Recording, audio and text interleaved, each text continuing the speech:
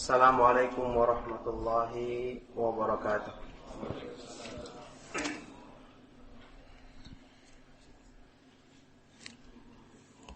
Innal hamdalillah nahmaduhu wa nasta'inuhu wa nastaghfiruh wa na'udzu billahi min shururi anfusina wa min sayyiati a'malina. May yahdihillahu fala mudilla lahu wa may yudlil fala hadiya lahu. Wa asyhadu an la ilaha illallah wahdahu la syarika lah wa asyhadu anna Muhammadan abduhu wa rasuluh. Ya ayyuhalladzina amanu taqullaha haqqa tuqatih wa la tamutunna illa wa antum muslimun. Ya ayyuhan nasu taqu rabbakumul ladzi khalaqakum min nafsin wahidah wa khalaqa minha zawjaha وَبَثَّ مِنْهُمَا رِجَالًا كَثِيرًا وَنِسَاءً وَاتَّقُوا اللَّهَ الَّذِي تَسَاءَلُونَ بِهِ وَالْأَرْحَامَ إِنَّ اللَّهَ كَانَ عَلَيْكُمْ رَقِيبًا. يَا أَيُّهَا الَّذِينَ آمَنُوا اتَّقُوا اللَّهَ وَقُولُوا قَوْلًا سَدِيدًا يُصْلِحْ لَكُمْ أَعْمَالَكُمْ وَيَغْفِرْ لَكُمْ ذُنُوبَكُمْ وَمَن يُطِعِ اللَّهَ وَرَسُولَهُ فَقَدْ فَازَ فَوْزًا عَظِيمًا. Amma ba'du fa inna asdaqal hadits kitabullah wa khairal hadi hadi Muhammadin sallallahu alaihi wa alihi wasallam wa syarrul umuri muhdatsatuha wa kullu muhdatsatin bid'ah wa kullu bid'atin dhalalah wa kullu dhalalatin finnar wa ba'du. Bapak-bapak, ibu-ibu serta rekan-rekan ikhwah sekalian rahimakumullah. Alhamdulillah, pada siang hari ini kita bersyukur kepada Allah Subhanahu wa taala atas berbagai macam nikmat dan karunia yang tidak henti-hentinya dilimpahkannya kepada kita. Kita bersyukur kepada Allah Subhanahu wa taala yang dengan segala kekurangan dan keterbatasan kita dalam membalas nikmat Allah Subhanahu wa taala dan mensyukuri nikmat tersebut, kita bersyukur karena Allah Subhanahu wa taala masih memudahkan berbagai macam kebaikan untuk kita, masih dilimpahkan berbagai macam sebab-sebab untuk diampuni dan disempurnakan kekurangan-kekurangan dalam diri kita. Alhamdulillah, sebagai wujud rasa syukur kita kepada Allah Subhanahu wa taala, sebagai wujud rasa terima kasih kita kepada Allah Subhanahu wa taala atas berbagai macam limpahan nikmatnya, tentu saja kita semua ingin agar keimanan kita terhadap Allah Subhanahu wa taala bisa menjadi baik sedikit demi sedikit, bisa menjadi sempurna. Yang tentu saja seseorang yang mencapai kesempurnaan iman dalam agama, setelah itu hidupnya akan menjadi lebih berarti. Setelah itu hidupnya akan menjadi lebih indah. Setelah itu kebaikan-kebaikan yang Allah inginkan pada hambanya menjadi lebih sempurna dirasakannya. Nah, inilah sebenarnya rahasia besar yang seharusnya difahami oleh orang-orang yang beriman, bahwa masalah yang melandasi jauhnya dia dari merasakan ketenangan hidup, merasakan kebaikan hidup, adalah karena dia belum merasakan kesempurnaan iman disebabkan karena dia kurang mengenal Rabb-Nya, kurang mengenal Allah Subhanahu wa taala. Padahal Allah jelas-jelas berjanji dalam Al-Qur'an, "Man 'amila shalihan min dzakarin aw untha wa huwa mu'minun falanuhyiyannahu hayatan thayyibatan wa lanajziyannahum ajrahum bi ahsani ma kanu ya'malun." Barang siapa yang mengamalkan amalan soleh, baik dari kalangan laki-laki maupun perempuan, dalam keadaan dia beriman, apa janjinya? Sungguh-sungguh kami akan berikan kepadanya kehidupan yang baik, kehidupan yang indah, kehidupan yang penuh dengan kebahagiaan di dunia. Dan di akhirat nanti kami akan berikan balasan yang lebih baik daripada apa yang mereka kerjakan di dunia. Jadi subhanallah, ternyata, dan ini sebenarnya semua kita sudah menyadarinya, ternyata agama Islam itu, karena kita sepakat semua, diturunkan oleh zat yang menciptakan alam semesta beserta isinya. Yang karena dialah yang menciptakan alam semesta dan dialah yang memiliki sifat-sifat kesempurnaan, mestinya dialah yang lebih mengetahui tentang apa yang terbaik, apa yang bisa mendatangkan bagi kebahagiaan bagi makhluk-makhluk yang diciptakannya. Allah berfirman dalam Al-Quran, "Ala ya'lamu man khalaq, wa huwal latiful khabir." Bukankah Allah yang menciptakan alam semesta lebih mengetahui? Dan Dia Al-Latif yang maha lembut lagi maha mengetahui segala sesuatu dengan terperinci. Jadi ini kenyataan yang harusnya kita terima, bahwa kunci kebahagiaan yang selama ini kita cari, yang tidak akan mungkin kita rasakan keindahan dan kebahagiaan dalam hidup kita, adalah ada pada petunjuk Allah Subhanahu wa ta'ala. Cuman masalahnya kita kurang yakin dengan janji tersebut, sadar atau tidak sadar. Kita kurang berusaha menyempurnakan, mengisi hidup kita dengan petunjuk Allah. Karena diterangkan oleh Imam Ibnu Qayyim rahimahullah ta'ala, pada masing-masing petunjuk Allah itu ada satu bagian yang akan menyempurnakan kebahagiaan dalam diri kita. Sebagaimana firman Allah dalam Al-Quran, "Ya ayyuhalladzina amanu stajibu lillahi walir rasuli idza da'akum lima yuhyikum." Wahai orang-orang yang beriman, penuhilah seruan Allah dan seruan Rasul-Nya yang mengajak kamu kepada apa-apa yang memberikan kebaikan hidup bagimu. Jadi agama Islam itu diturunkan benar-benar untuk memberikan kebahagiaan hidup bagi manusia. Karena tidak mungkin Allah Subhanahu wa ta'ala yang menciptakan alam semesta, yang di tangannya lah segala kebaikan, di tangannya lah segala kebahagiaan, tidak mungkin Dia akan menjadikan sengsara orang-orang yang taat kepada perintahnya. Mustahil. Sebagaimana tidak mungkin orang-orang yang berpaling dari perintahnya diberikan kebahagiaan. Tidak mungkin. Wa man a'rada an dzikri fa inna lahu ma'isyatan dhanka wa nahsyuruhu yaumal qiyamati a'ma. Allah menegaskan dalam Al-Quran, barang siapa yang berpaling dari peringatanku, maka pasti dia akan merasakan kesempitan hidup, dan hari kiamat nanti dia akan dikumpulkan dalam keadaan buta. Kebahagiaan itu milik Allah. Kebahagiaan itu, semua kebaikan adalah miliknya. Maka tidak akan mungkin diberikan kecuali kepada orang-orang yang mengikuti petunjuknya. Ma'asyiral ikhwah wal akhwat fi din rahimakumullah. Termasuk perkara yang paling penting dalam Islam, yang merupakan kunci terbesar untuk meraih kebahagiaan hati yang sesungguhnya, yang inilah merupakan perkara yang sebab terbesar untuk meraih kesempurnaan iman, kemanisan iman, yaitu masalah yang berhubungan dengan ma'rifatullah, mengenal Allah. Ma'rifatullah ini kalimat sederhana, mungkin sering kita dengar, dan ditafsirkan dengan berbagai macam penafsiran oleh banyak orang.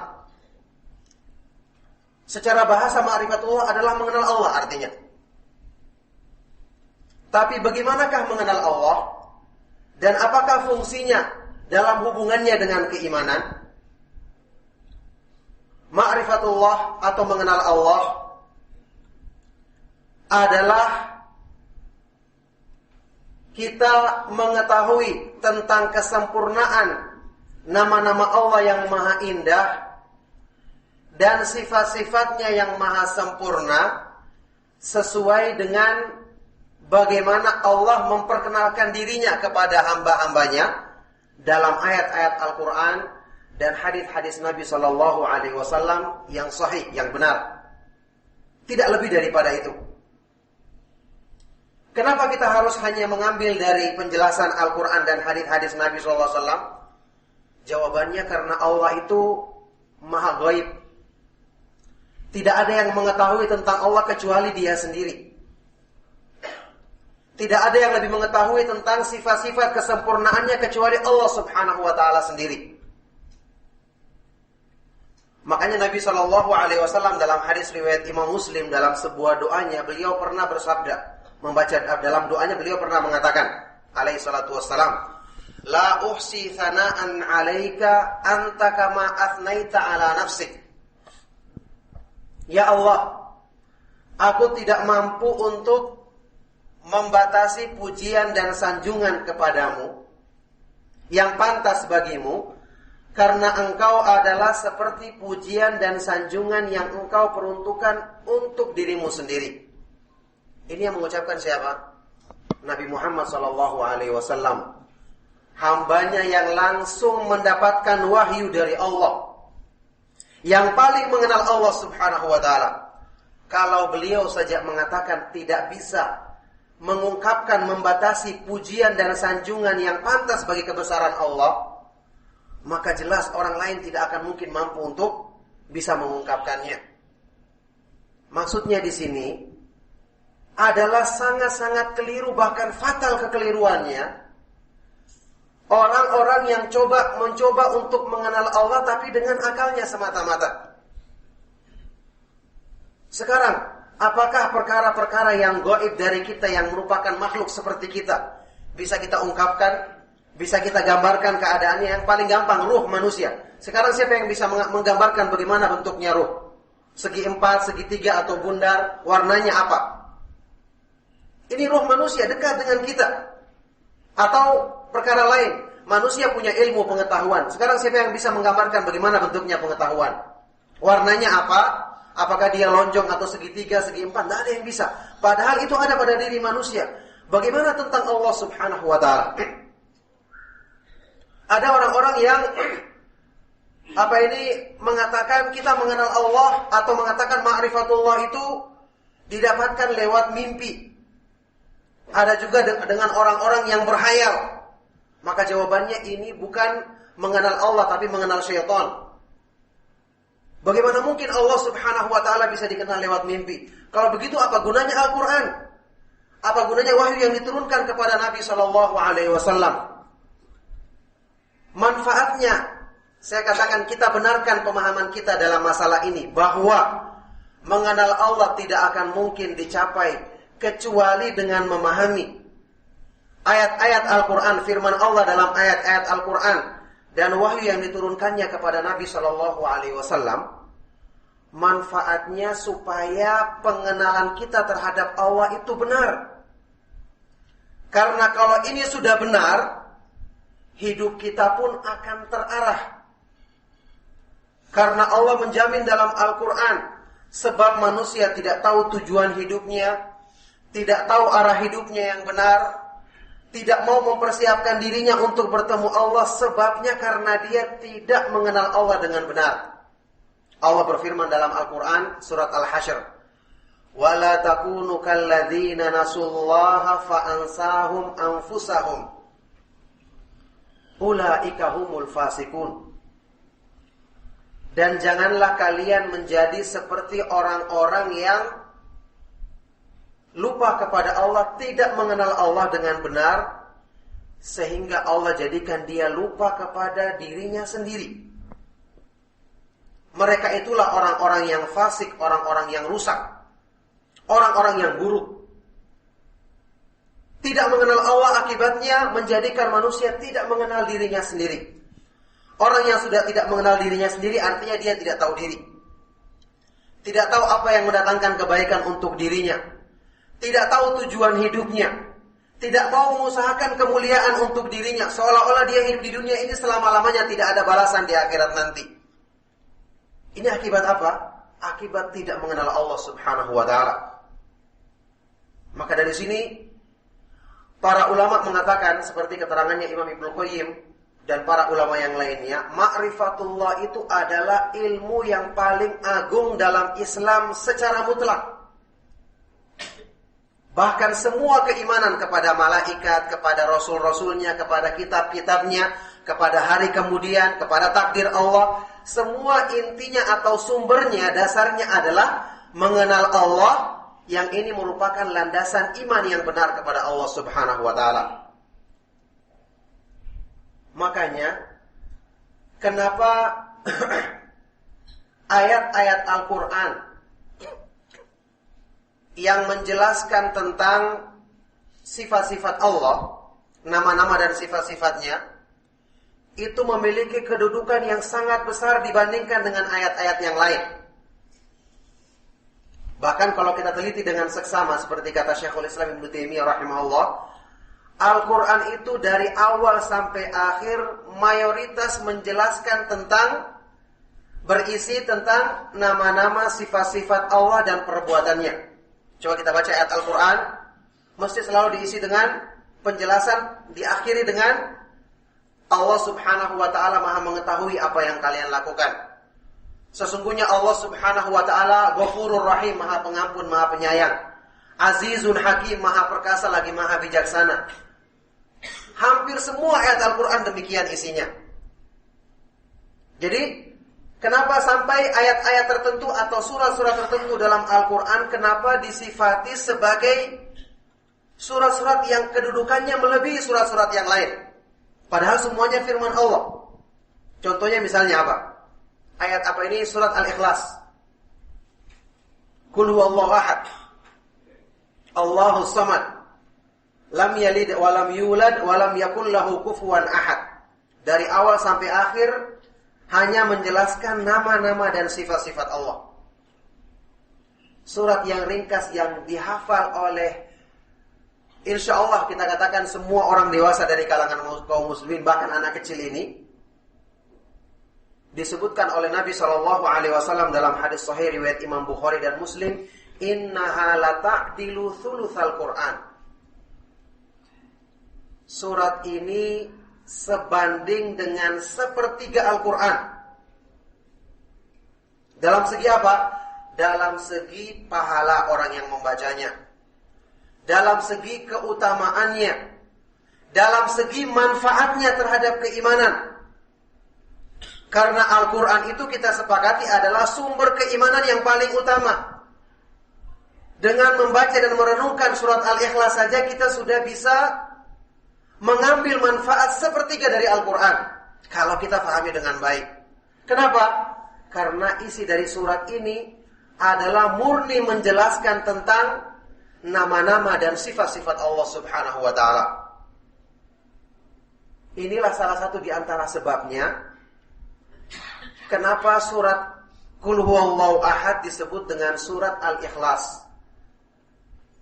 Ada beberapa keterangan yang paling dekat, ya, dua di antaranya. Pertama, ikhlas itu dari bahasa Arab artinya memurnikan. Jadi karena surat ini memurnikan atau dimurnikan atau dikhususkan untuk menjelaskan tentang Allah, yang mana Al-Quran itu secara kesimpulan terbagi dari 3 pembahasan. Pertama tentang Allah dan sifat-sifatnya, nama-namanya, perbuatannya. Kedua tentang makhluk-makhluknya. Ini pun tujuannya adalah untuk kita bisa merenungkan kebesaran Allah. Kembali kepada yang pertama.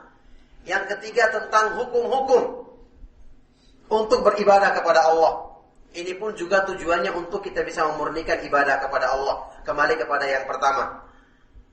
Nah, karena surat Al-Ikhlas menjelaskan satu bagian besar dari Al-Quran, maka dia dikatakan sebanding dengan sepertiga Al-Quran. Itu pendapat yang pertama, atau segi penjelasan yang pertama. Segi yang kedua dinamakan sebagai surat Al-Ikhlas karena surat ini merupakan sebab besar untuk membangkitkan keikhlasan dalam diri manusia dalam beribadah kepada Allah. Membantu manusia jika dia membaca dan merenungkan, artinya membantu untuk mencapai keikhlasan.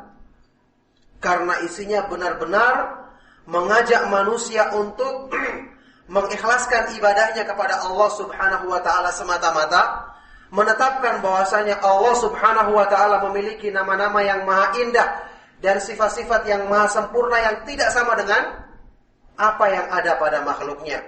Itulah pengertian dari nama Allah Subhanahu wa ta'ala. Misalnya Al-Ahad, Qul huwallahu ahad. katakanlah dialah Allah yang Maha Esa, yang Maha Tunggal. Yang Maha Tunggal dalam artian nama-nama dan sifat-sifatnya, kesempurnaannya, tidak ada sesuatu pun yang serupa dengannya. Oleh karena itu, tidak ada yang berhak untuk kita serahkan penghambaan diri yang sempurna, ketundukan yang sempurna, kecuali kepadanya semata-mata. Ini surat Al-Ikhlas. Contoh yang lain, ayat kursi. Ayat kursi disebutkan dalam hadis yang sahih dari Nabi SAW sebagai a'dhamu ayatin fi kitabillah. Ayat yang paling agung dalam kitabullah. Ayat yang paling besar dalam kitabullah. Maksudnya apa? Yang paling besar pengaruhnya terhadap keimanan. Dan silakan kita baca ayat kursi, isinya dari awal sampai akhir semua penjelasan tentang nama-nama dan sifat-sifat Allah Subhanahu wa taala. Ini pun menunjukkan kepada kita pengaruhnya ayat kursi terhadap keimanan jelas sangat besar. Pengaruhnya untuk menyempurnakan penghambaan diri kita kepada Allah jelas sangat agung. Nah, oleh karena itu di sini yang saya ingin jadikan kesimpulan tadi, bahwasanya ayat-ayat Al-Quran yang membahas tentang nama-nama dan sifat-sifat Allah Subhanahu wa taala benar-benar memiliki kedudukan yang sangat tinggi dalam Islam, benar-benar memiliki pengaruh yang sangat sempurna dalam menyuburkan keimanan dan ketakwaan dalam diri manusia. Nah, inilah manfaat besar dari mengenal nama-nama dan sifat-sifat Allah Subhanahu wa taala. Sekarang kita lihat contoh dalam penerapannya. Ibnu Qayyim rahimahullah taala mengatakan, akmalun nasi ubudiyatan al-muta'abbidu lillahi bi jami'il asma'i was sifatil lati yattali'u 'alaiha al-bashar. Dalam kitab Bada'iul Fawaid. Orang yang paling sempurna penghambaan dirinya kepada Allah adalah orang yang mampu untuk beribadah kepada Allah dengan semua kandungan nama-nama dan sifat-sifatnya yang mampu dijangkau oleh pengetahuan manusia. Jadi maksudnya, nama Allah Subhanahu wa taala itu pada masing-masingnya terdapat satu bentuk penghambaan diri untuk menyempurnakan imannya manusia. Berarti orang yang paling banyak memahaminya, dia yang paling sempurna ibadahnya. Contohnya, kita memahami misalnya nama Allah Subhanahu wa taala Al-Ghafurur Rahim. Al-Ghafurur Rahim, Maha Pengampun lagi Maha Penyayang. Secara bahasa demikian artinya, Al-Ghafur yang Maha Pengampun, Ar-Rahim lagi Maha Penyayang. Dengan kita menetapkan bahwa Al-Ghafur adalah termasuk dari nama-nama Allah Subhanahu wa taala yang Maha Indah. Ar-Rahim adalah termasuk dari nama-nama Allah yang Maha Indah, atau kita kenal dengan istilah Asmaul Husna. Maka Al-Ghafur itu menunjukkan bahwa Allah memiliki sifat maghfirah, mengampuni dosa hamba-hambanya. Memiliki Ar-Rahim berarti Allah memiliki sifat rahmat yang maha luas kepada hamba-hambanya. Orang yang mengimani dua nama ini, maka ketika dia bergelimang dalam dosa, dia tidak akan berputus asa. Karena dia yakin Allah Subhanahu wa taala, Rabb yang menciptakannya, adalah Maha mengampuni dosa manusia dan Maha merahmati hamba-hambanya. Apalagi jika dia seorang beriman, dia yakin Allah Subhanahu wa taala sangat menyayangi hamba-hambanya. Dalam Al-Qur'an Allah berfirman, "Qul li'ibadiyalladzina asrafu 'ala anfusihim, qul ya ibadiyalladzina asrafu 'ala anfusihim la taqnatu min rahmatillahi innallaha yaghfirudz dzunuba jami'an." Katakanlah, wahai hamba-hambaku yang melampaui batas terhadap dirinya sendiri, janganlah kalian berputus asa dari rahmat Allah. Sesungguhnya Allah subhanahu wa ta'ala mengampuni semua dosa asal hambanya bertobat. Jadi Allah subhanahu wa ta'ala ingin menyempurnakan keadaan hambanya, maka meskipun dia berbuat dosa, kalau dia bertobat maka Allah mengampuni dosa-dosanya. Maka ini menimbulkan dalam dirinya orang yang beriman perasaan merasakan pengampunan Allah dan kasih sayangnya. Bahkan lebih daripada itu, tentang kasih sayangnya Allah subhanahu wa ta'ala, dalam hadis riwayat Imam Muslim, Rasulullah SAW pernah bersabda, "Lallahu arhamu bi'ibadihi min hadhihi biwaladiha." Sungguh-sungguh Allah subhanahu wa ta'ala lebih penyayang terhadap hamba-hambanya daripada sayangnya seorang ibu terhadap anak yang masih disusuinya. Melebihi itu semua kasih sayangnya Allah subhanahu wa ta'ala. Maka apakah dengan ini orang muslim akan berputus asa dari rahmatnya? Tidak. Kalau dia merenungkan nama ini dan membaca bukti-bukti kasih sayang Allah dalam Al-Quran, bagaimana manusia yang banyak berbuat dosa, tidak henti-hentinya berbuat maksiat, kemudian Allah limpahkan berbagai macam nikmat kepadanya, itu pun tidak dibalas dengan syukur yang sepantasnya. Itu pun kalau kita beribadah kayak sholat, yang sudah kita berikan waktu yang sedikit, masih juga dilalaikan dengan kesibukan-kesibukan dunia. Bersamaan dengan itu Allah tidak mencabut hidayahnya dari diri kita. Allah masih tetap memberikan banyak kebaikan untuk kita. Ini menunjukkan akan luasnya rahmat Allah subhanahu wa ta'ala. Dan memang pengampunan yang Allah berikan kepada hambanya, atau tobat yang Allah berikan kepada hamba-hambanya yang bertobat, bukan cuma untuk menghilangkan dosa, tapi juga mendapatkan pahala dan keutamaan. Karena Allah sangat bergembira menerima taubatnya seorang hamba. Disebutkan dalam hadis sahih riwayat Imam Bukhari dan Muslim, Rasulullah sallallahu alaihi wasallam bersabda, "Lallahu afrahu bi taubati ahadikum. Lallahu asyaddu farhan bi taubati ahadikum." Sungguh Allah subhanahu wa ta'ala lebih sangat gembira menerima taubatnya seorang hamba dibandingkan dengan kegembiraan yang paling besar yang dirasakan oleh hambanya, oleh manusia. Jadi ini faedah yang ternyata dengan ini menimbulkan sikap apa? Tidak putus asa dari rahmat Allah. Kemudian apa? Selalu bersangka baik kepada Allah. Orang yang tidak mengenal Allah, kalau dia ditimpa musibah, dia akan sangka buruk. Padahal kalau dia memegang kaidah tadi, Allah itu maha penyayang. Orang kafir saja, rahmatnya Allah yang umum itu masih mereka dapatkan, dalam artian untuk urusan-urusan dunia mereka diberikan rezeki, berikan makan, diberikan kesehatan. Orang kafir, apalagi orang yang beriman. Maka ketika ada misalnya ditimpa musibah, sesuatu yang tidak disukainya, orang yang beriman yang mengenal Allah akan berpikir, Allah menakdirkan musibah ini menimpa saya berlandaskan rahmatnya, maka saya harus bersangka baik kepadanya. Dan orang yang selalu bersangka baik kepada Allah selalu mendapatkan kebaikan sesuai dengan persangkaannya. Karena dalam hadis kursi Allah subhanahu wa ta'ala berfirman, "Ana 'inda dhanni 'abdi bi." Aku ini sesuai dengan persangkaan dan pengharapan hamba kepadaku. Makanya dalam Islam, musibah itu kalau kita renungkan semua tujuannya untuk kebaikan bagi kita sendiri. Pertama, musibah itu tujuannya menghapuskan dosa-dosa. Rasulullah SAW bersabda, "Ma min musibatin tusibul muslima illa kaffarallahu biha anhu hatta syaukatin yushakuha."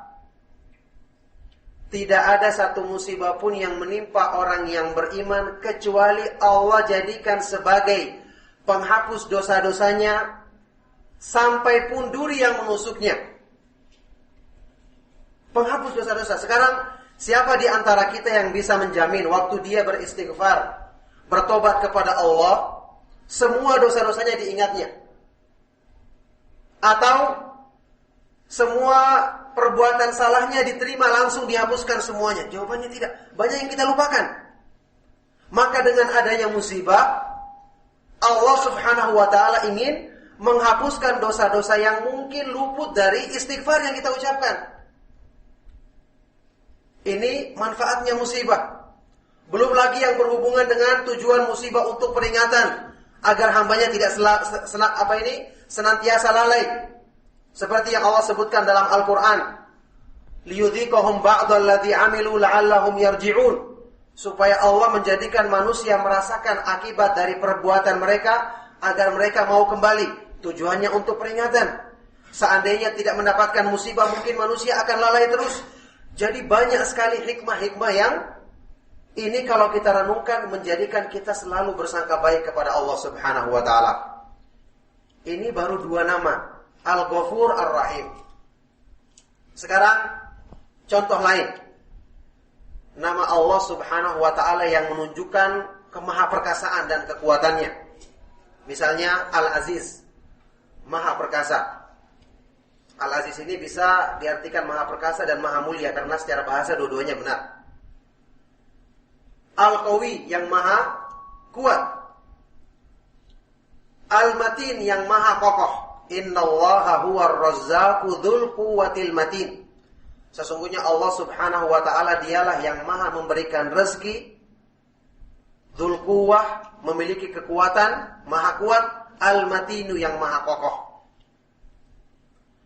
Orang yang meyakini Allah Subhanahu wa taala Maha Perkasa, Maha Kuat dan Maha Kokoh, pertama menimbulkan keyakinan dalam dirinya karena dia mengingat rahmat Allah. Dia tidak berlebihan dalam bersandar kepada rahmatnya Allah. Karena kalau berlebihan nanti berbahaya. Nanti orang akan meremehkan maksiat dengan dia mengatakan, Allah kan Maha Pengampun, Maha Penyayang.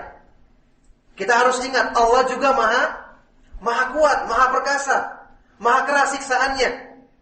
Ini menjadikan kita takut. Allah Subhanahu wa taala mampu untuk menghadap manusia jika dia berkehendak di dunia dan di akhirat nanti. Maka ini menjadikan kita takut. Dengan kita mengetahui keperkasaannya Allah Subhanahu wa taala, kemahakuatannya, kita berusaha untuk menjauhi hal-hal yang bisa mendatangkan kemurkaannya. Karena Allah Maha mampu untuk mengadab siapa saja di antara hamba-hambanya yang dikehendakinya karena perbuatan dosa mereka. Itu faedah. Faedah berikutnya, membuat orang-orang yang beriman tidak pernah takut kepada siapapun dari kalangan makhluk di dunia ini selain Allah Subhanahu wa taala. Dalam berpegang teguh kepada agamanya, dia tidak pernah takut karena dia bersandar kepada Zat yang Maha Kuat, Maha Perkasa, Maha Kuasa atas segala sesuatu, yang tidak ada seorang pun yang mampu mengalahkannya. Sehingga tawakalnya akan sempurna. Penyandaran dirinya kepada Allah akan semakin baik. Tidak perlu dia melakukan penghambaan diri kepada makhluk yang tidak memiliki kemampuan sama sekali. Seperti perbuatan syirik yang banyak dilakukan oleh manusia. Perbuatannya orang-orang jahiliyah yang terdahulu, bersandar kepada jin-jin, penunggu-penunggu, mempersembahkan ibadah kepada mereka karena takut tempat yang keramat, atau meminta kepada mereka perlindungan dan seterusnya. Ini perbuatan syirik dan tidak pantas ditunjukkan kepada makhluk-makhluk kayak jin atau syaitan yang tidak punya kekuatan, karena mereka tidak memiliki kemampuan untuk menunaikan kebutuhan manusia. Semua itu ada di tangan Allah Subhanahu wa taala. Maka ini menjadikan tauhidnya orang yang beriman semakin murni karena dia mengetahui sifat-sifat kekuatan dan keperkasaan Allah Subhanahu wa taala. Ini nama-nama yang berhubungan dengan hal-hal yang menunjukkan kemahaperkasaan dan kemahakuatan Allah Subhanahu wa taala. Ada lagi nama Allah Al-Fattah. Al-Fattah disebutkan dalam Al-Quran, Maha pembuka pintu-pintu kebaikan. Mengimani nama Allah yang agung ini, yang Maha Agung ini, sangat bermanfaat untuk memperbaiki kekurangan diri kita. Sekarang kita sering banyak mengeluh. Saya sudah sering baca Al-Quran, terjemahannya juga saya baca. Dengar ceramah diterangkan kebaikan-kebaikan, diterangkan tentang keutamaan amalan soleh. Kenapa saya belum kuat untuk mengamalkannya? Jawabannya, hati kita belum terbuka. Siapa yang bisa membuka hati kita? Allah Subhanahu wa taala. Dialah yang menguasai hati manusia. Rasulullah sallallahu alaihi wasallam bersabda, "Inna quluba bani Adam kullaha baina isba'aini min asabi'ir rahman, ka qalbin wahidin yusarrifuhu haitsu yasha." Semua hati manusia berada di antara isba'ain, dua jari dari jari-jarinya Allah Subhanahu wa taala, yang Allah akan bolak-balikan sesuai dengan kehendaknya. Maka kita meminta kepada Allah Subhanahu wa taala dengan menyebut namanya Al-Fattah. Ya Allah Al-Fattah, yang maha membuka pintu-pintu kebaikan. Bukakanlah pintu-pintu kebaikan bagi diriku. Bukakanlah pintu-pintu kemudahan untuk saya menjalankan perintahmu dan menjauhi laranganmu. Ini manfaatnya. Kita mengetahui nama Allah Subhanahu wa ta'ala Al-Fattah. Yang jelas contoh-contoh seperti ini baru sedikit yang disebutkan. Kalau kita pelajari dengan lebih seksama lagi, misalnya nama Allah Subhanahu wa ta'ala Al-Hakim. Al-Hakim artinya dua, yang maha memiliki hukum dan hikmah.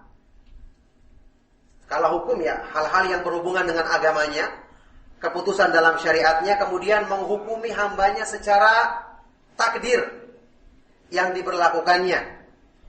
Hikmah, maha memiliki hikmah artinya menempatkan segala sesuatu pada tempatnya. Orang yang meyakini Allah itu hikmahnya sempurna, dia yakin bahwa segala ketentuan yang diturunkan dalam syariatnya, maka itu sesuai dengan kodrat manusia, sesuai dengan kemaslahatan dan kebaikan manusia, dan itulah yang terbaik untuk mereka. Jadi banyak sekali manfaat yang kita akan dapatkan dengan kita mengimani nama-nama dan sifat-sifat Allah Subhanahu wa ta'ala.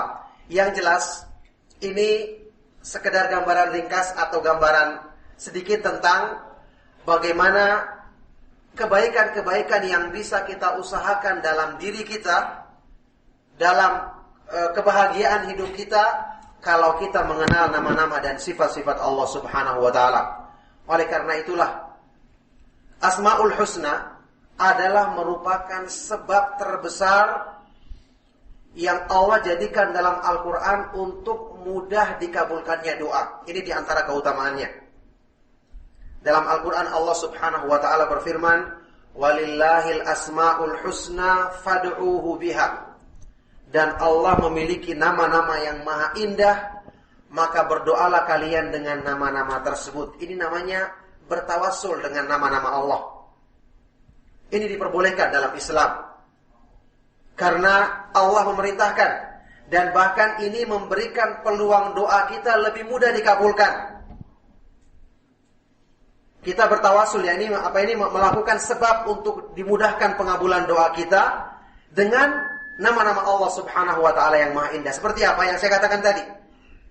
Kita mengenal nama Allah dan kandungannya, maka sewaktu kita mengucapkan permintaan kita untuk kebaikan dunia dan akhirat kita apa saja, setelah itu kita ucapkan atau sebelumnya kita ucapkan nama Allah yang sesuai dengan permintaan kita itu. Ya Allah, bukakanlah kepadaku pintu-pintu kebaikan. Sesungguhnya Engkau adalah Al-Fattah, yang maha membuka pintu-pintu kebaikan. Ya Allah, anugerahkan kepadaku rezeki yang halal untuk kebaikan dunia dan akhiratku. Sesungguhnya Engkau adalah Ar-Razzaq, yang maha memberikan rezeki bagi manusia. Ya Allah, ampunilah dosaku, rahmatilah aku. Sesungguhnya Engkau adalah Al-Ghafur Ar-Rahim, yang maha pengampun dan maha memberikan rahmat, maha menyayangi hamba-hambamu. Ini makna daripada ayat tadi. Berdoa dengan Asmaul Husna. Nah, kebanyakan saat ini orang salah paham. Banyak orang-orang yang menciptakan yang namanya zikir dengan Asmaul Husna. Asmaul Husna disebutkan, diurutkan, dijadikan sebagai zikir yang rutin. Ini salah paham terhadap ayat dan pengamalan yang tidak ada tuntunannya dalam hadis yang sahih dari Nabi SAW. Yang disebutkan dalam hadis-hadis yang sahih, Rasulullah SAW mengamalkan berdoa kepada Allah dengan Asmaul Husna adalah seperti contoh yang saya bawakan tadi. Beliau pernah berdoa, "Ya Hayyu Ya Qayyum birahmatika astaghitsu." Wahai Allah yang maha hidup dan berdiri sendiri, dengan rahmatmu aku meminta pertolongan. Ya muqallibal qulubi tsabit qalbi ala dinik. Wahai Allah yang membolak-balikan hati manusia, kuatkanlah hatiku di atas agamamu. Adapun menyebut semua asmaul husna, ya Rahim, ya Rahman, tanpa menyebutkan doa apa yang kita minta, maka ini tidak dituntunkan dalam agama. Apalagi kebanyakan orang saat ini mengambil kumpulan asmaul husna dari hadis riwayat Tirmidzi yang sangat lemah secara sanadnya. Ini banyak disebutkan di buku-buku, di sampul-sampul. Quran terjemahan juga ada menyebutkannya. Ketahuilah ini pertama, riwayatnya sangat lemah sehingga tidak diterima oleh para ulama. Jadi yang sahih itu adalah yang menyebutkan keutamaan 99 nama. Itu dalam hadis riwayat Bukhari Muslim. Inna lillahi tis'atan wa tis'ina isman man ahsaha dakhalal jannah. Sesungguhnya Allah memiliki 99 nama. Barang siapa yang menghitungnya, mengamalkannya dalam doanya, maka dia akan masuk ke dalam surga. Sampai batasan ini hadisnya sahih. Ada tambahan dari riwayat lain, riwayat Tirmidzi dan yang lainnya, menghitung atau menyebutkan nama yang 99 tersebut. Ini sangat lemah riwayatnya, sehingga disepakati atau ditolak semua oleh para ulama ahli hadis. Bisa dibaca dalam kitabnya Ibnu Hajar, Fathul Bari, Ibnu Taimiyah dan para ulama yang lainnya juga mengatakan riwayat ini lemah. Kemudian sebagian dari nama-nama yang disebutkan tidak pantas dan tidak sesuai dengan kebesaran Allah Subhanahu wa taala. Seperti ada nama yang disebutkan di situ Al-Muntakim, yang Maha membalas dendam. Ini tidak pantas. Tidak ada dalilnya dalam Al-Qur'an dan Sunnah Allah Subhanahu wa taala dinamakan dengan penamaan seperti itu. Yang jelas ini tidak benar. Penamaan seperti ini cukuplah apa yang disebutkan oleh para ulama kita tentang nama-nama Allah Subhanahu wa taala yang maha indah yang disebutkan dalam ayat-ayat Al-Qur'an dan hadis-hadis yang sahih dari Nabi sallallahu alaihi wasallam. Maka perhatikan ayat tadi memerintahkan kita untuk berdoa dengan menyebut nama-nama Allah yang maha indah. Berarti ada permintaan yang kita ungkapkan. Setelah itu kita sebutkan nama Allah yang sesuai dengan permintaan tersebut. Maka ini kan pantas. Kita meminta Allah tentang rezeki yang halal, kita sebutkan namanya yang maha pemberi rezeki. Kita meminta pengampunan, kita menyebutkan nama Allah yang mengandung maha pengampunannya. Kita meminta dibukakan pintu-pintu kebaikan, kita sebutkan namanya Al-Fattah dan semua seperti itu. Nah, dari sinilah orang yang paling paham tentang kandungan nama-nama Allah yang maha indah, berarti dia lebih bisa mengungkapkan banyak permintaan. Dan ini termasuk bentuk sebab dimudahkannya peluang untuk dikabulkan doa yang paling besar. Seperti keterangannya Imam Ibnu Qayyim rahimahullah ta'ala dan para ulama yang lainnya. Nah, oleh karena itu ternyata mungkin selama ini kita banyak berdoa, tapi doa-doa kita kering. Doa-doa kita terasa kosong. Kenapa? Kita mengucapkan doa dengan tidak memikirkan bagaimana sebab-sebab untuk doa kita diterima. Memang Allah maha luas pengampunannya. Tetapi kalau kita memilih sebab, memilih waktu-waktu dikabulkannya doa antara adzan dan iqamat, la yuraddu du'a'u bainal adzani wal iqamah, kata Nabi SAW. Tidak ditolak doa di antara adzan dan iqamat. Sekarang kita jarang berdoa di antara adzan dan iqamat, padahal waktunya cukup panjang dan kesempatan ada. Kemudian doa sepertiga malam yang terakhir, yang paling jarang dilakukan, berdoa dalam sholat. Padahal Rasulullah SAW menyebutkan dua tempat dalam sholat yang dianjurkan untuk berdoa. Pertama, waktu sujud.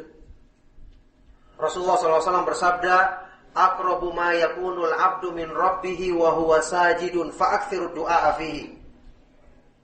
Sedekat-dekatnya keadaan seorang hamba dari Rabb-nya adalah ketika dia sujud, maka perbanyaklah doa padanya. Kebanyakan orang menyangka sujud itu cuma baca zikir sujud saja. Tidak benar. Kita baca zikir waktu sujud, Subhana rabbiyal a'la, atau zikir-zikir yang lain dari Nabi SAW. Setelah itu kita diperbolehkan membaca doa, bahkan memperbanyak. Tentu kalau kita sholat berjamaah kita ikuti imam. Maksudnya kalau kita sholat sendiri kita bisa perpanjang. Kemudian setelah membaca tahiyat, Di situ Nabi SAW mengatakan, "Tsumma liyatakhayyar minad du'a a'jabahu ilaih." Kemudian dia memilih doa yang paling disukainya. Jadi doa itu ada tempat-tempat untuk mudah dikabulkan. Ada sebab-sebab juga menghadirkan hati, merenungkan maknanya doa. Kemudian termasuk sebab yang paling besar adalah menggunakan nama-nama Allah Subhanahu wa ta'ala yang maha indah atau sifat-sifatnya yang maha sempurna untuk kita ungkapkan dalam doa kita, nama-nama dan sifat-sifatnya yang sesuai dengan permintaan kita. Nah, inilah contoh dan penjelasan masalah ini adalah perkara yang sangat-sangat berhubungan erat dengan kesempurnaan iman. Kalau kita renungkan bersama, kenapa Allah Subhanahu wa ta'ala menyifati imannya para sahabat dalam Al-Quran, dalam firman-Nya, "Walakinnallaha habbaba ilaikumul imana wa zayyanahu fi qulubikum wa karraha ilaikumul kufra wal fusuqa wal isyan." Akan tetapi Allah Subhanahu wa ta'ala jadikan kalian cinta kepada keimanan dan menjadikan iman itu indah dalam hatimu, serta Allah menjadikan kalian benci dan muak terhadap kekufuran, kefasikan dan perbuatan maksiat. Kenapa iman mereka demikian indah? Kenapa hidup mereka demikian berarti dalam menjalankan ketaatan kepada Allah? Jawabannya karena mereka mengenal zat yang mereka sembah.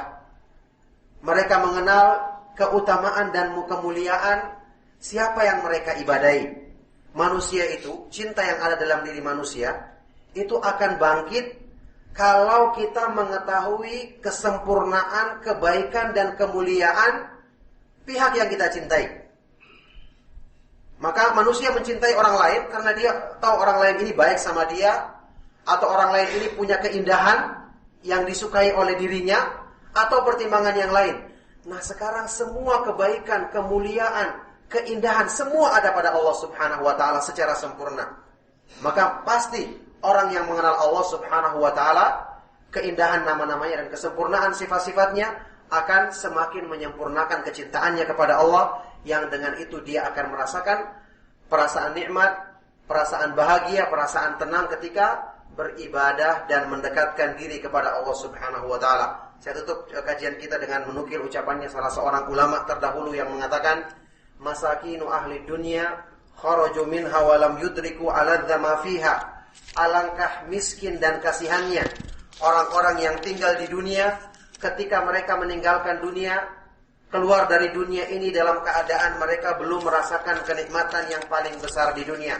Waktu ditanya apakah kenikmatan yang paling besar di dunia, maka ulama ini mengatakan, ma'rifatullah wa mahabbatuhu wal unsu bidzikrihi wa syauqu ila liqa'ih. Kenikmatan yang paling tertinggi di dunia adalah mengenal Allah, mencintainya, merasakan kebahagiaan ketika mendekatkan diri dengannya, dan merasa rindu untuk bertemu dengannya.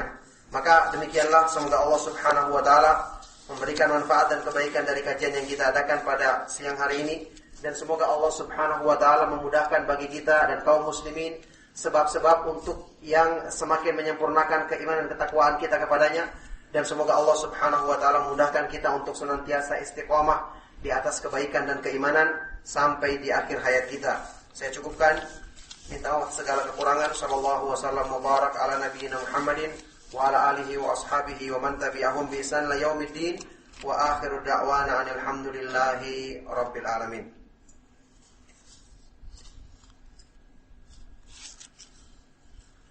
Ada banyak pertanyaan ya.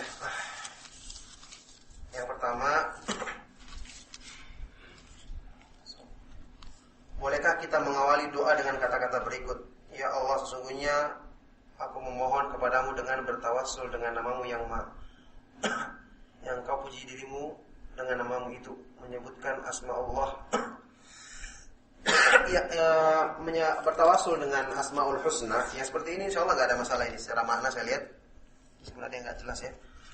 Itu diperbolehkan dengan menyebut satu nama tertentu sesuai dengan permintaan kita, seperti yang saya contohkan dalam hadis-hadis tadi. Ada juga sebagian hadis seperti dalam hadis riwayat Imam Ahmad dan yang lainnya itu menyebutkan keseluruhan dari asmaul husna. Yaitu doanya Nabi SAW, Allahumma inni as'aluka bikulli ismin huwa lak sammaita bihi nafsaka aw anzaltahu fi kitabik aw 'allamtahu ahadan min khalqik aw ista'tharta bihi fi ilmil ghaib indak. Ya Allah, aku meminta kepadamu dengan semua nama-nama yang maha indah yang engkau miliki, yang engkau namakan dirimu dengannya, atau yang kamu turunkan dalam kitabmu, atau yang kamu ajarkan kepada salah seorang dari nabimu, dari makhlukmu, yaitu nabi, dan atau yang kamu sembunyikan atau khususkan pada ilmu gaib di sisimu. Jadi boleh kita dengan semua nama-nama Allah Subhanahu wa taala yang kita ketahui. Kemudian juga pembahasan ini butuh perincian yang lebih, karena ada nanti yang disebut dalam hadis-hadis yang sahih sebagai Ismullahil A'zam, nama Allah yang paling agung. Yang barang siapa berdoa dengannya maka tidak akan ditolak doa dan permohonannya.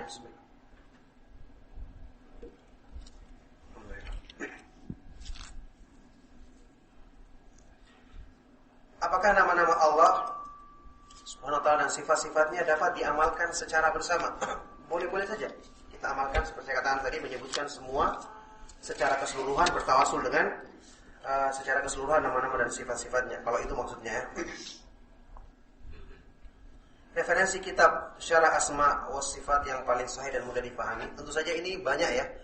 Pertama, yang paling baik tentu Al-Quran ya, karena Al-Quran menyebutkan nama-nama dan sifat-sifat Allah Subhanahu wa ta'ala. Kemudian hadis yang sahih, kalau yang dikumpulkan oleh para ulama dan dijelaskan itu banyak tersebar di buku-buku mereka, khususnya yang paling yang terlalu dinukil dalam masalah ini kitab-kitabnya Ibnu Qayyim rahimahullah ta'ala. Kemudian kalau di ulama Saudi yang terdahulu ada Syekh Abdurrahman As-Sa'di. Kemudian ulama yang belakangan, ya salah seorang profesor ya di bidang akidah yang di Universitas Islam Madinah, itu Syekh Abdul Razak Al-Abad, yang punya kitab yang berjudul Fiqih Asmaul Husna, cara memahami nama-nama Allah Subhanahu wa ta'ala yang maha indah ya. Yang beliau ini sering ceramah dan diterjemahkan di Radio Roja yang ada di Cilengsi. Bagaimana cara berdoa dengan menggunakan asma Allah? Apakah meminta istri yang salehah termasuk minta rezeki? Bagaimana ya Ustaz? Dan menggunakan nama Allah yang dan memintanya. Iya, kalau meminta kebaikan-kebaikan kita gunakan Asmaul Husna yang berhubungan dengan, misalnya, jadi bisa jadi banyak nama yang kita gunakan. Ar-Razzaq, pemberi rezeki, Al-Wahhab, yang maha memberikan anugerah, Al-Mannan, memberikan minnah, anugerah, jadi banyak. Al-Fattah, membuka pintu-pintu kebaikan. Jadi tidak mesti cuma satu nama yang kita ucapkan. Semakin banyak yang sesuai, maka itu semakin bagus. Apa hukum badal haji? Badal haji itu disebutkan dalam beberapa hadis. Di antaranya ada 2 hadis yang sahih. Pertama dalam hadis riwayat Imam Muslim, ketika ada haji wada, ada perempuan dari suku Khatham datang kepada Nabi SAW dan mengatakan, "Ya Rasulullah, inna faridatal haji adrakat abi syaikhan kabiran la yastati an yasbuta ala rahilatihi afa ahujju anhu." Ya Rasulullah, kewajiban melaksanakan ibadah haji ketika datang kepada bapakku dalam keadaan dia sudah tua renta. Mampu, dia punya biaya tapi sudah tua renta, tidak bisa menaiki kendaraan. Apakah aku bisa menghajikannya? Rasulullah SAW mengatakan, "Hujji anhu." Hajikanlah untuknya. Ini orang yang masih hidup dan punya biaya tapi tidak mampu karena sakit atau udzur tertentu. Yang kedua, hadis sahih dari Imam Abu Daud. Rasulullah SAW waktu haji wada mendengar orang yang mengucapkan talbiyah, labbaik Allahumma an syubrumah. Ya Allah, aku memenuhi panggilanmu dengan haji atau umrah dari Syubrumah. Maka Rasulullah SAW mengatakan, man Syubrumah? Siapakah Syubrumah itu? Maka orang ini mengatakan, akhun li au qaribun li, saudaraku atau kerabatku. Maka Rasulullah SAW bersabda, hujja an nafsika thumma hujja an Syubrumah. Berhaji dulu untuk dirimu sendiri, kemudian berhaji untuk saudaramu itu atau kerabatmu itu. Dari hadis ini, para ulama kebanyakan atau rata-rata membolehkan yang namanya badal haji karena ada dalilnya. Dan ini adalah hadis-hadis yang sahih yang tidak bisa dibantah karena Rasulullah SAW sendiri yang membolehkannya. Cuma ada syaratnya. Pertama seperti hadis Syubrumah tadi, yaitu orang yang menghajikan mesti dipilih pertama ya orang yang mestinya ikhlas ya. Bukan mencari uang semata-mata, karena saat ini banyak orang yang badal haji ya tujuannya mencari uang untuk bisa dapatkan lebihnya. Karena bagaimana mungkin kalau dia diragukan keikhlasannya, orang yang ikhlas kan ditolak amalannya. Bagaimana mungkin bisa sampai ke orang lain, untuk dirinya saya tidak sampai gitu ya. Itu pertama ikhlas, kemudian Yang kedua, dia sudah haji untuk dirinya sendiri, baru bisa menghajikan orang lain. Kemudian haji satu untuk satu orang.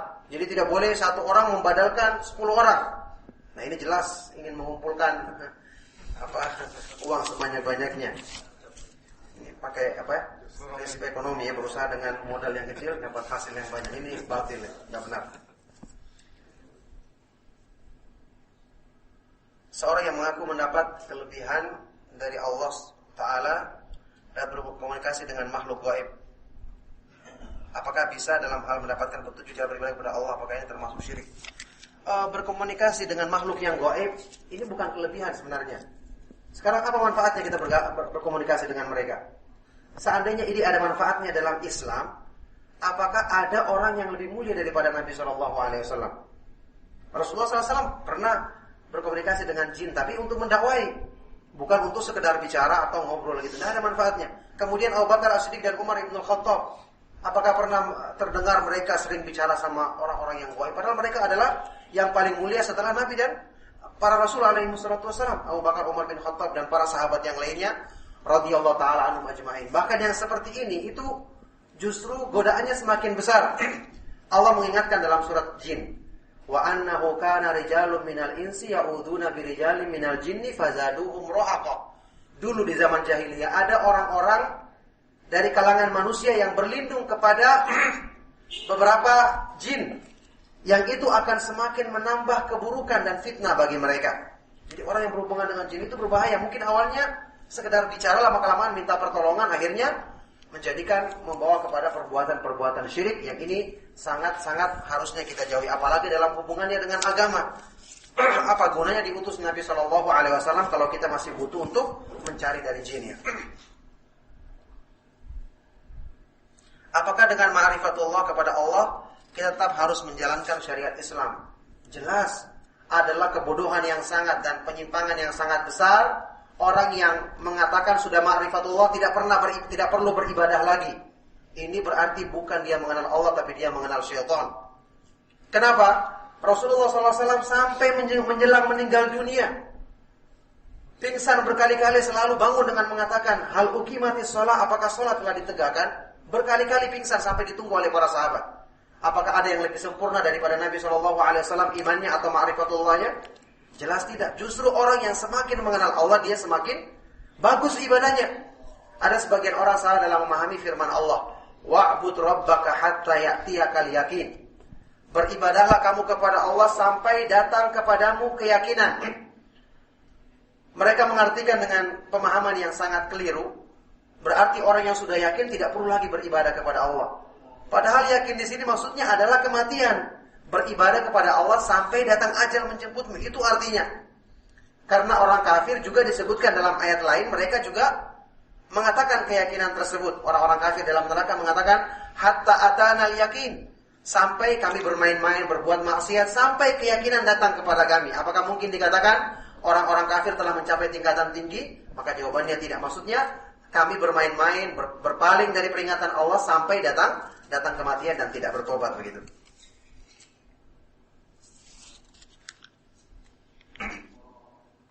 Bagaimana sikap kita terhadap tuduhan orang-orang yang ini mengumumkan setiap muslim yang berjenggot dan celana cingkrang dianggap teroris?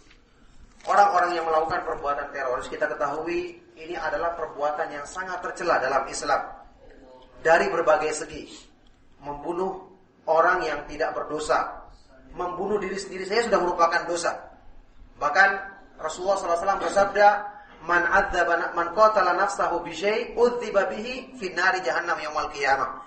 Barang siapa yang membunuh dirinya dengan sesuatu, dia akan diazab dengan sesuatu tersebut dalam neraka pada hari kiamat. Belum lagi membunuh kaum muslimin yang tidak berdosa, membuat ketakutan, kemudian menentang pemerintah yang memberikan kebebasan beribadah untuk kita. Orang kafir saja yang mereka itu punya perjanjian damai dengan negeri kaum muslimin itu tidak boleh dibunuh. Dalam Sahih Bukhari Rasulullah SAW bersabda, man qatala mu'ahadan lam yaruh raihatal jannah. Barang siapa yang membunuh orang kafir yang punya perjanjian damai dengan negeri kaum muslimin, maka dia tidak akan mencium baunya surga. Karena orang muslim itu tidak dikenal sebagai pengkhianat. Mereka itu menunaikan janjinya jika mereka memberikan jaminan keamanan kepada orang-orang kafir. Kemudian dalam ayat Al-Quran sendiri Allah berfirman, La yanhakumullahu 'anil ladzina lam yuqatilukum fid dini wa lam yukhrijukum min diyarikum an tabarruhum wa tuqsitu ilaihim innallaha yuhibbul muqsitin. Allah tidak melarang kamu untuk berbuat baik, berlaku adil dalam urusan duniawi terhadap orang-orang kafir yang tidak memerangi kamu dalam agama dan tidak mengusir kamu dari negeri-negerimu. Sesungguhnya Allah mencintai orang-orang yang berlaku adil dalam urusan dunia. Jadi orang kafir itu tidak semua harus dibunuh. Ya, kita menasihati mereka, kita mendakwai mereka. Kalau mereka melakukan sesuatu, ya kita perlakukan sesuai dengan perlakuannya. Tapi kalau sampai semua dibunuh, maka nanti yang terjadi akan saling bunuh-bunuhan, akan kacau. Tidak ada keamanan. Padahal sudah kita ketahui keamanan itu adalah perkara yang paling penting untuk kita bisa menegakkan ibadah kita kepada Allah Subhanahu wa taala. Apalagi kita punya pemerintah muslim yang harusnya kita adukan permasalahan kepada mereka untuk menyelesaikan dengan mendoakan semoga Allah Subhanahu wa taala memudahkan kita untuk melakukan hal-hal yang baik dalam agama kita. Jadi ini adalah perbuatan yang sangat tercela. Oleh karena itu semua ulama besar di Arab Saudi sepakat untuk mencela tindakan-tindakan terorisme seperti pemboman dan seterusnya. Yang saya sering dengar sendiri dari para ulama di sana, para mufti berceramah di depan mahasiswa yang kuliah di sana, mereka mencela tindakan-tindakan tersebut karena itu sangat bertentangan dengan Islam. Tapi kemudian bukan berarti semua orang yang menampakkan ciri-ciri yang sama dinamakan teroris. Mereka juga membaca Al-Quran. Apakah setiap orang yang membaca Al-Quran berarti dia teroris? Mereka juga melaksanakan sholat. Apakah juga orang yang melaksanakan sholat seperti itu? Makanya jawabannya tidak. Mereka mungkin berkedok saja menggunakan ciri-ciri tersebut untuk mengesankan orang-orang yang berpegang kepada Islam yang benar itu adalah keburukan. Jadi yang dinilai bukan sekedar kesamaan zahirnya, penampilan secara lahirnya, tapi yang dinilai adalah keyakinannya. Keyakinan yang sesat dan menyimpang akibat dari tidak kembali kepada pemahaman Islam yang benar. Ada pertanyaan tentang mengenal Allah dengan benar sudah dibahas tadi. Hukum menggunakan nama Allah sebagai nama anak. Pemberian nama. Menggunakan maksudnya dengan hamba gitu ya. Itu dianjurkan dalam Islam. Bahkan termasuk nama-nama yang baik seperti sabda Nabi sallallahu alaihi wasallam, "Ahabbul asma ila Allah Abdullah wa Abdurrahman." Nama yang paling dicintai oleh Allah adalah Abdullah dan Abdurrahman. Jadi pakai kata-kata abd kemudian nama Allah yang jelas-jelas disebutkan dalam Al-Quran dan hadis seperti Abdul Aziz, itu dianjurkan, Abdul Wahab dan yang lainnya. Kalau Abdul sama Abdil itu cuma misalnya ada yang menamakan namanya Abdillah. Itu secara bahasa kelirunya dari segi penempatannya saja. Kalau di awal kalimat harusnya Abdullah, Abdul Aziz. Kalau nanti dia digandengkan dengan kalimat lain jadinya Abdul Aziz misalnya. Ibnu Abdul Aziz itu cuma secara bahasa ya, tapi yang benar kalau secara bahasa adalah abdu, pakai abdu ya kalau di awal kalimat. Ada nama masjid namanya Ar-Rahman. Masjid Ar-Rahman. Namanya Ar-Rahman. Mungkin maksudnya dia Masjidur Rahman, jadi masjidnya Ar-Rahman ya, masjidnya Allah maksudnya. Mungkin kalau kita mau sangka baik ya. Jadi itu dia gandengkan kalau kita mengatakan Baitullah, rumahnya Allah maksudnya. Ya ini pengagungan begitu ya. Jadi maksudnya Masjid Ar-Rahman, masjidnya Ar-Rahman. Yang saya pahami seperti itu. Jadi bukan berarti dia menamakan masjid itu sebagai perwujudannya Allah gitu ya. Jadi penggandengan itu maksudnya pemilikan ya, untuk memuliakan.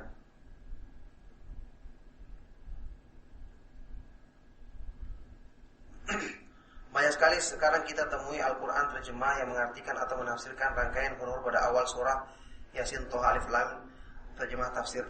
Ini ada penafsiran-penafsiran seperti ini rata-rata diambil dari akal semata-mata, tidak ada dalilnya.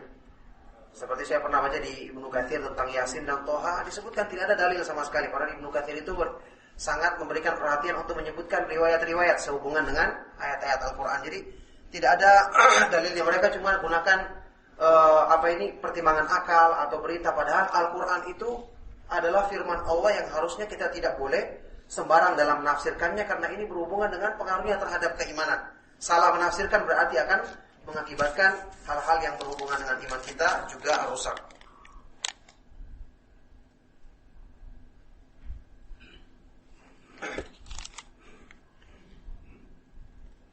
Apakah berdoa ba'da salat masuk ke dalam waktu-waktu yang diijabahi oleh Allah? berdoa setelah sholat, ya ringkasnya aja ya, ringkasnya disebutkan dalam sebuah hadis riwayat Tirmidzi yang hasan, Rasulullah SAW pernah ditanya, ayyu du'ain asma, doa apakah yang paling didengar oleh Allah? Maka beliau bersabda, fi jawfil laili wa duburus salawatil maktubat. Salat di tengah malam, doa di tengah malam dan di penghujung salat-salat yang wajib.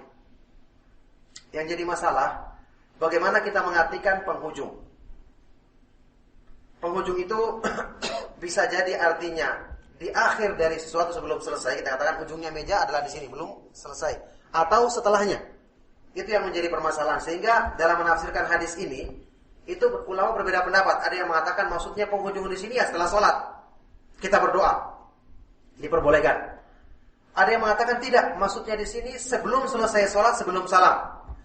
Nah, hadis yang saya bacakan tadi itu hubungannya sebelum salam. Intinya ada perselisihan pendapat yang lebih dekat kepada kebenaran, dan ini termasuk permasalahan yang khilafnya itu kuat ya. Artinya kalau kita memilih pendapat yang kuat itu berdasarkan pengamatan gitu ya. Syekh Utsaimin menyebutkan kalau kita meneliti hadis-hadis yang ada, itu kalau zikir itu selalu disebutkan setelah sholat berdasarkan petunjuk Nabi SAW. Kalau doa itu disebutkan di dalam sholat seperti hadis yang saya bacakan tadi. Tsumma liyatakhayyar minad du'a a'jabahu ilaih. Jadi setelah orang baca tahiyat, ya salawat, kemudian dia memilih doa yang paling disukainya. Itu dalam sholat, dan banyak hadis-hadis Nabi SAW yang menyebutkan doa-doa yang disebutkan sebelum mengucapkan salam. Itulah kedudukannya doa setelah sholat. Yang jelas ini ada perselisihan dalam memahami makna sebuah hadis yang bisa kita ketahui artinya jika kita meneliti hadis-hadis yang lainnya. Mungkin sudah cukup ya, jam 1/4. Semoga Allah Subhanahu wa taala memberikan manfaat. Saya cukupkan. Sallallahu wasallam wa baraka ala nabiyina Muhammadin wa ala alihi wa ashabihi wa man tabi'ahum bi ihsan ila yaumiddin. Wa akhiru da'wana alhamdulillahi rabbil alamin. Subhanakallahumma wa bihamdika asyhadu an la ilaha illa anta astaghfiruka wa atubu ilaik. Assalamualaikum warahmatullahi wabarakatuh.